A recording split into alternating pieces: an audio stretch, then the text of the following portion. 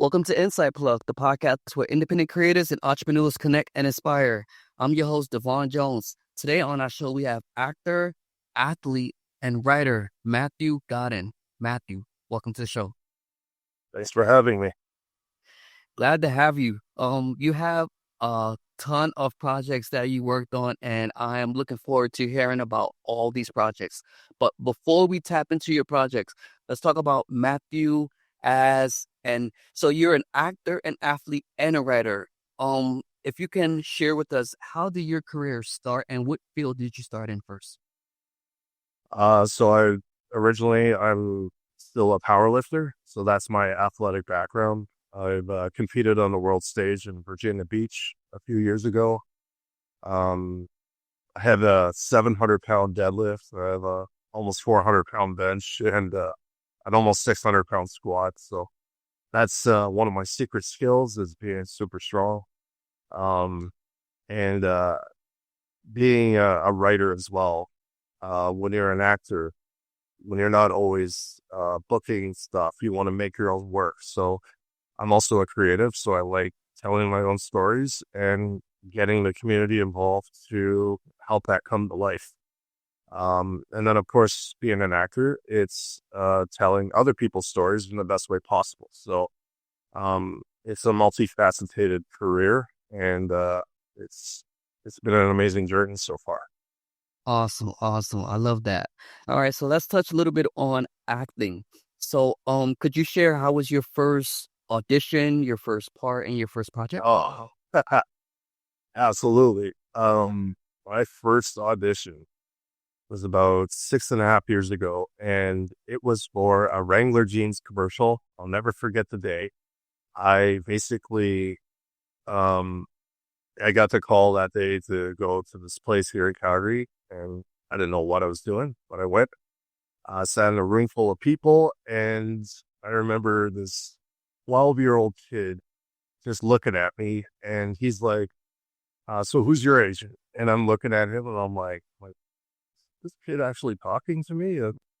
Um, like it was just so surreal. And I told him my agent, and he's like, "Oh yeah, that's a good starter agent." And I'm like thinking in my head, I'm like, "What did I just walk into?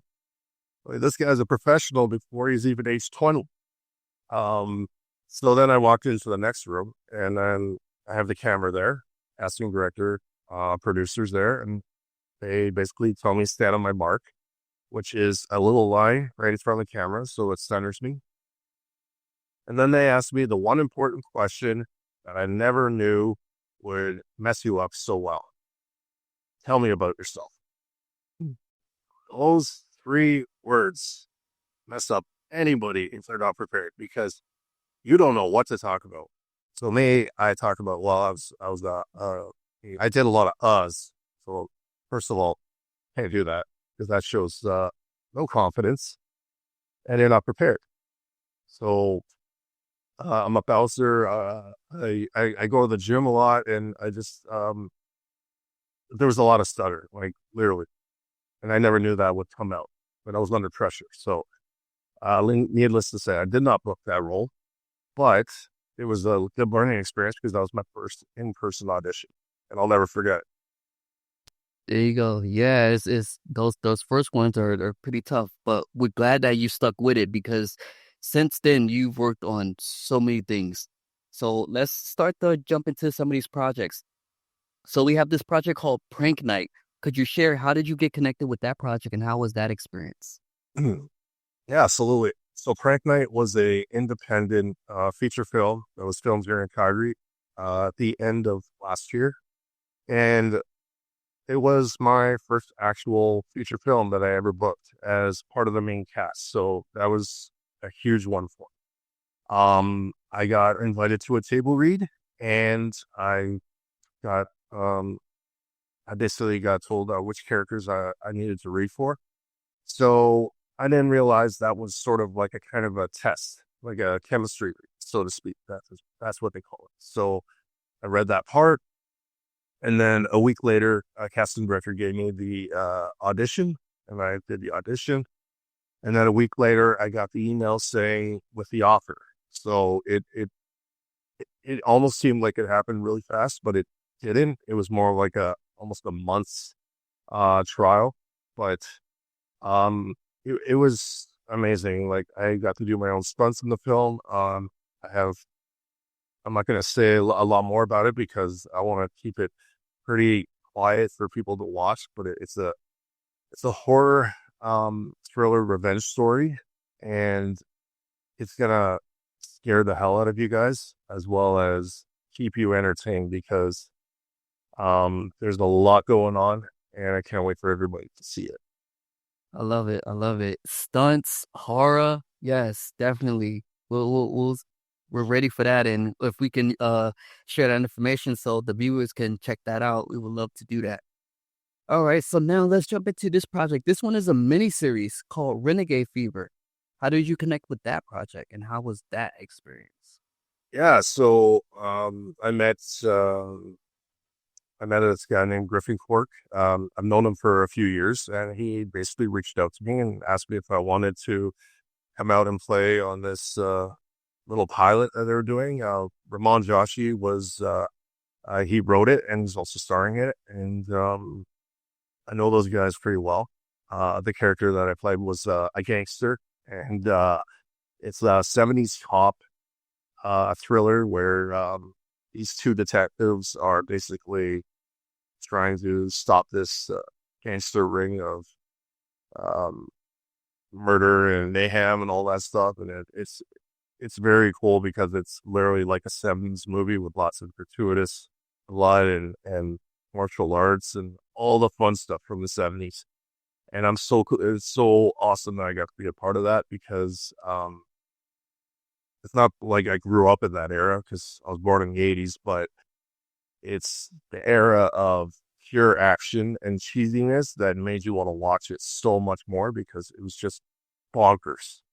And it's going to be playing at the Calgary Underground Festival next month, or sorry, this month because it's April now. And they're going to show the pilot, and I can't wait to go see it. Awesome, awesome. Got another one to look out for. Man, you're on the right out here.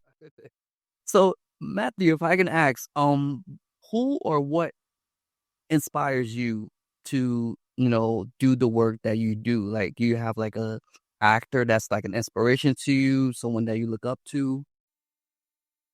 So I when I first started acting, I didn't have any formal training or anything like that. I basically jumped into the ocean and swam with the sharks, so to speak. Um, I learned through student films. I volunteered a lot, and then I finally took some classes with Company of Rose. When I took the classes with Company of Rose, it taught me to um, develop more emotional um, attachment to the character and stuff like that. After that, I took another class with a well-known gentleman named Chad Rook. He owns Apex Acting Studios here in Calgary, along with Kevin Moriarty. And basically, he taught me to three-dimensionalize my self-tapes, which helped me to basically convince the casting director that I basically this role when they sent me the sides, which is the script, so that I could basically portray to them this character in the best way possible. So I would say Chad Rook because he's been a mentor of mine for the last year and a half, and he's helped me pretty much get a Vancouver agent. I worked with him on Prank Night too, by the way, and he was the lead on that. And it's just been a journey and a half learning from him, his 25 years of experience. Um, the other guys that look up to would be some other veterans here in Calgary. There's so many. Uh, can't really name them all, but even Ramon Joshi, he's been acting for a while. He's a good influence. Helped me fine tune some writing because I love to create my own scripts as well. So hoping to get one shot this year as a proof of concept. And yeah, there's so many people in this community that I could name that have helped me along the way, as well as just amazing talent. There was a guy on your podcast not too long ago, Hunter Worst, I think his last name was. And just seeing his talent, because he was also in my class, he blows up. every scene that he ever does to the best possible degree, and it's enjoyable to watch because he's got so much talent. So um, it's just a great community to be a part of. That's awesome. That's awesome. I love to hear that. And yeah, shout out to Hunter Weiss. He was here not too long ago on the podcast. We love hearing his stories and the experience that he has and the projects he's been working on. So also in Calgary, there's this big event called the Red Rug Affair. Have you attended one of those? Yeah, I have. I attended the first one, and that was it was a blast. Basically, it was a night of networking through acting agencies as well as casting directors were there, producers, directors, executive producers. Everybody was just at this giant networking meeting. And we all got to dress to the nines. Like I wore a tuxedo and first tuxedo I ever wore, so it was awesome. Um, and it was just nice, just talking with people, going around, just sharing stories and stuff. And surprisingly for me, some people came up to me and asked me like, "Oh, what are you working on?" Or "I've seen you in this and that." And it was a really cool experience to feel that because I felt like I was doing something right and people were noticing me for that. Um, so it's pretty surreal to have somebody come up to you and just talk to you about stuff that they've seen you in. And that's always the goal with acting is because you're creating this message that you want everybody to hear, and hopefully it moves them in such a way that they want to come back for more. And in some way, shape, or form, I did that. And people were gravitating towards me. Maybe it's because of my awesome smile or my um, teddy bear like physicality. I'm not a small guy, but um, it's everybody knows almost everybody in this community. And if you give back to the community as much as you've learned with the community, then you get recognized for that. Awesome, awesome. Love to hear that. All right. So this is unique. You have a family member who, has some acting experience as well. The project Orphanhood. Could you share a bit about that project and share the family member who was a part of that? Absolutely. So that would happen to be my mother, Trudy Godden. And it's just amazing to see that she wanted to get into this industry as well. I've helped her with countless auditions. She's booked many commercials, and that was her first principal role in a short film. And it played at the Calgary International Film Festival as well as little premieres. And I went to her first premiere with her, and she was so excited. And it's amazing to see um, her raw talent on the screen and just supporting each other, right? My sister is also in the industry. She works for IATSE in the costume department. And it's cool that I can relate to everybody about this now and just we can share stories and um, bond a little more, so to speak. Um, so yeah, I'm just pretty proud of my mother for taking that step and um, creating that drive to try something new. Because she's around 70 years old, so just super proud of her. That's awesome. That's awesome. All right. So with the projects that you worked on and the acting that you've been doing, what would you say is some of the obstacles that you had to overcome? Well, I don't know if you noticed, but I'm also bald. So a lot of the roles some people get have hair, and I had to get over the fact that you know there's always gonna be that time where they want somebody with hair and I'm bald, whatever the case may be. So that just took a little bit to get over, but it sounds silly. But and the other thing is also tattoos, right? Like I got a full sleeve, I got so many tattoos. I'm not going to be in any Renaissance picture anytime soon. Um, but they can cover it up, and that's what they've done for most of the roles that I've done. Or I wore a long sleeve shirt. So there's where there's a will, there's a way. But some of the obstacles could be, I would say, or some other ones I would say would be um, comparing myself to other people. Everybody is unique in their own instance, and what is right for you will not pass you by. And I love that quote. But you can't dwell on things when things get passed by you and you don't hear anything back. That's part of the business. 98% rejection. And you'll wonder why to the ends of the earth why you didn't get picked for something. Um, it took a while for me to learn to not get discouraged on that, because at the end of the day, the casting director is personally inviting you to show them your work. You're not asking to get this job. They're inviting you to have an opportunity, an interview, so to speak, to essentially um, prove to them that you can do this job. Now, their vision might not align with yours, or it might not align with the director, or whatever the case may be. The point is, you don't want to take things personally in this business. Um, and that's one of the obstacles that I had to learn pretty quick. It's just one of those things. I have a specific type. I'm 6'3", 270 pounds. I can't play a nerd. I'm always gonna be typecast as like, a big tough guy or whatever the case may be. And I'm fine with that, because now I bring my unique asset that I can do very, very well.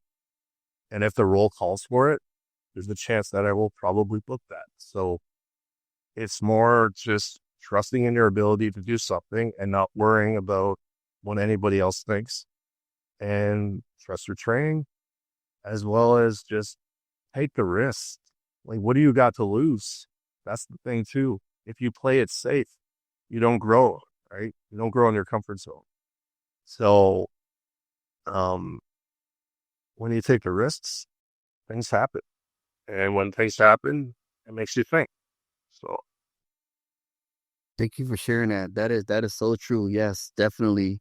Everyone that's listening out there, take the risk, and everyone is unique in their own way. That's a beautiful story. Thank you so much for sharing that. So also it has here that you're a writer. So are there currently any scripts that you're working on right now that you can share with us?